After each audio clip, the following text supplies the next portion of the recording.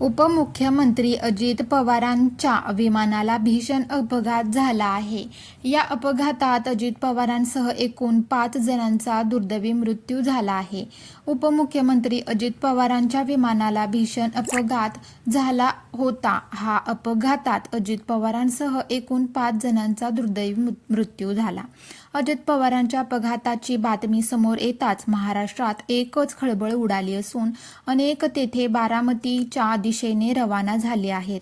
अजित पवार हे आज बारामती दौऱ्यावर होते. जिल्हा परिषद निवडणुकीनिमित्त त्यांच्या सभा आयोजित केल्या होत्या. पण मुंबई ते बारामती हा प्रवास त्यांच्या आयुष्याचा अखेरचा प्रवास ठरला. मिळालेल्या माहितीनुसार अजित पवारांच्या विमानाचे सकाळी 8:10 मुंबईतून टेक ऑफ केलं होतं.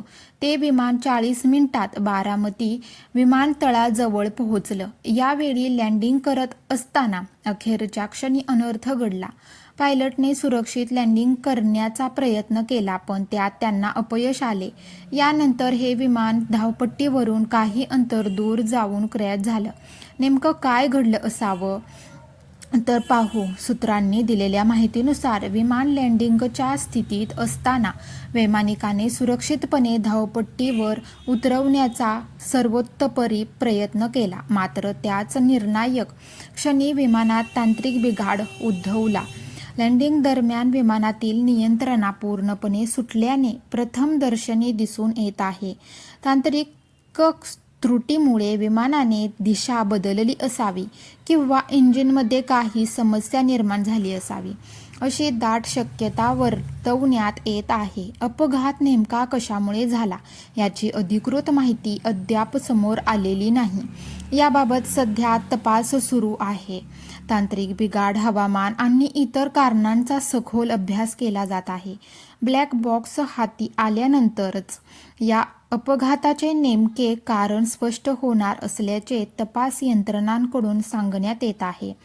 तपास यंत्रणांच्या मते ब्लॅक बॉक्स हाती आल्यानंतरच या दुर्घटनेचे नेमके अचूक कारण स्पष्ट होईल. विमानाच्या उड्डाणापासून ते शेवटच्या क्षणापर्यंतचा सर्व डेटा आणि वैमानिकांचे संभाषण यात रेकॉर्ड केलेले असते. यामुळे हा पुरावा अत्यंत महत्त्वाचा ठरणार आहे. विमान अपघातात कुणाकुणाचा मृत्यू झाला? खासगी VSR कंपनीचे विमान. एकूण प्रवासी 5 होते. माननीय Ajitdada Pawar Saheb, Mumbai PSO HC Vidip Jadhav, pilot captain Sumit Kapoor, captain Sambhavi Pathak, Pinky Mali, flight attendant